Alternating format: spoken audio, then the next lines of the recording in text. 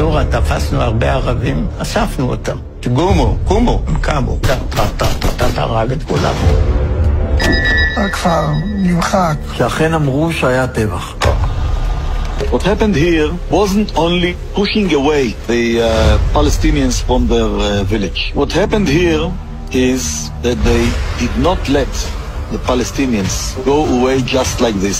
They first of all killed many of them, and there was not any reason to do it. או אני או הם. מדינה לוקחים עם חרב.